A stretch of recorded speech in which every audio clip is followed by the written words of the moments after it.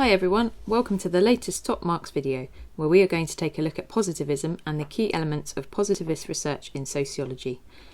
We have also created a video on the opposing approach too, which is interpretivism, and so if you haven't already, you might want to take a look at that too, in order to see how the theories compare. To get the most out of this video, you might want to watch it all, and then write down what you can remember, or take notes as you watch and listen, refining them at the end. Feel free to draw too, whatever works for you.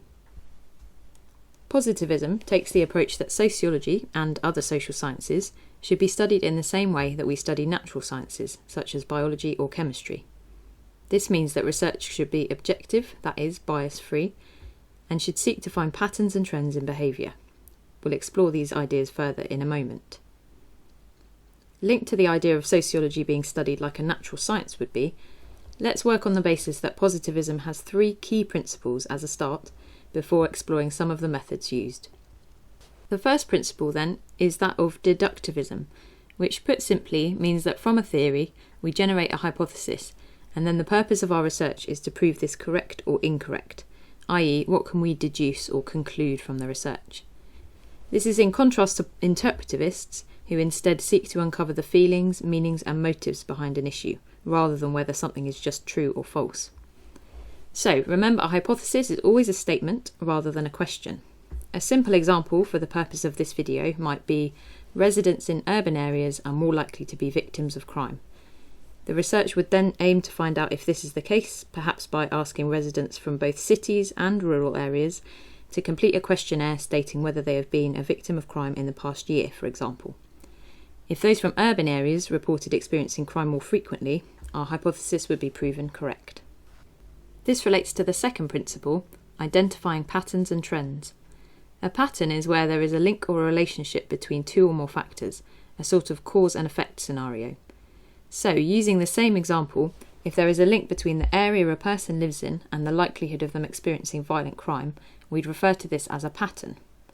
A trend refers to something changing over time, such as an increase or decrease. For example, if we look at divorce rates and observe that more couples today divorce than they did in the 1950s, this increase would be referred to as a trend. In positivist methodology, patterns and trends then form the basis of laws, or what positivists call social fact. So the supposed correlation between living in an urban area and the likelihood of experiencing crime would be referred to as a social fact, i.e. it is a fact that if you move to an urban area, you are at greater risk of becoming a victim of violent crime. Identifying a pattern like this, or indeed a trend, is central to positivist methodology. This is one of the key things that really distinguishes positivist research from interpretivist research. It is not just about the methods used, which we'll come on to in a moment, but the aim of the research. For example, seeking to find out whether crime is higher in an urban or rural area is hoping to establish cause and effect. Is there a correlation and/or a causation? Positivists may seek to explain why this is the case, so in this case, they might find that in urban areas, residents don't know each other as well, and therefore don't feel as compelled to obey the law and protect each other. However, any pattern will be presented in a quantitative way, such as a graph or a set of statistics, with little depth or detail. Interpretivists, on the other hand, would aim to explore what people's experiences of crime are, or how they feel about the threat of crime in their area, rather than say whether there is simply a link between the area and the rate of crime. The third and final key principle in positivist methodology is objectivity, or lack of bias. Positivist sociologists believe that people and social groups should be studied in the same way a scientist might study a plant or chemical, that is, without the involvement of their own views and values. We refer to research being value-free when this is the case. So, when conducting sociological research, positivists believe that it is important to remain detached from their subjects, largely in order to ensure that data gathered are impartial and valid. A researcher who becomes too involved with their subjects may impose their own views onto them, or lose the ability to interpret behaviour from a neutral standpoint. For example, in our video on interpretivism, we referenced Venkatesh's study of a Chicago gang. Studying this same gang for 8 years meant that Venkatesh may have become so close to some gang members that he found it difficult not to empathise with them and see some of their criminal activity as fair and necessary, rather than immoral. Whilst an interpretivist would praise Venkatesh for conducting research that led to him to achieve Vastayan, that is, empathetic understanding, where he could truly understand what it was like to be in their position, a positivist might argue that he became so close to the gang members that his opinions changed, and his write-up cannot be taken as an objective, factual representation of gang membership. So, in terms of methods then, positivists favour quantitative methods such as questionnaires, structured interviews, or content analysis, methods that produce numbers and statistics. There are a number of reasons for this, aside from objectivity, which has already been covered. Quantitative research is far more likely to be representative owing to its large sample sizes. Using quantitative methods means it is much easier to undertake research on a large scale, with large groups being studied all at once, which are then more likely to represent the wider population in terms of things like class and ethnicity. This in turn means that data tend to be more generalisable, that is, findings can be applied beyond the target population. This is important to positivists as, rather than focusing on the detailed interactions between people in society, they prefer to zoom out and gain a macro, bird's-eye view in order to see the patterns and trends in behaviour.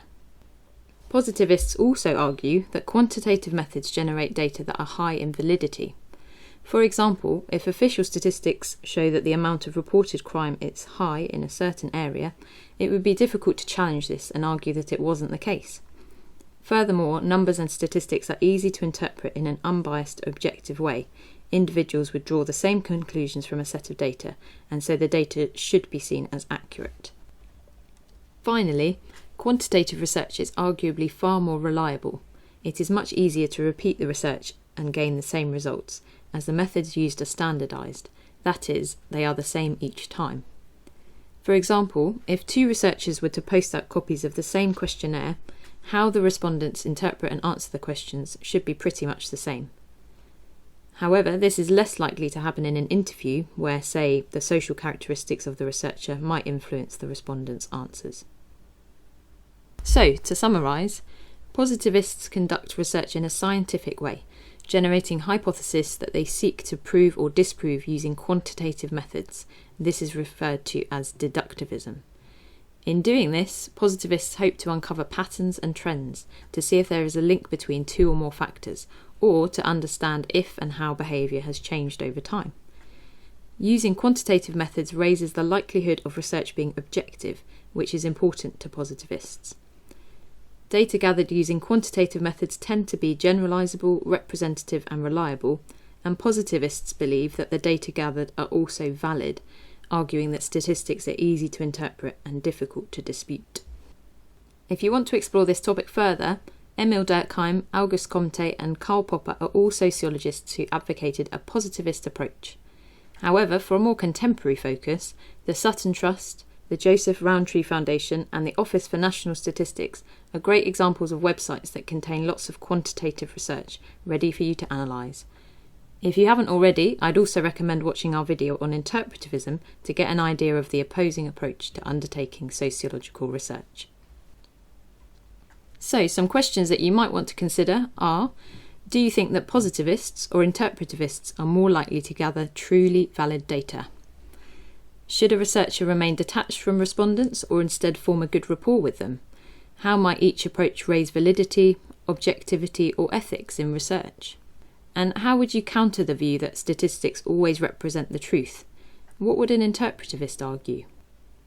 Don't forget that you can subscribe to Top Marks in order to ensure you stay up to date with all the latest revision videos. Just hit the subscribe button below. Thanks for watching, and I hope this helps you on your way to sociology success.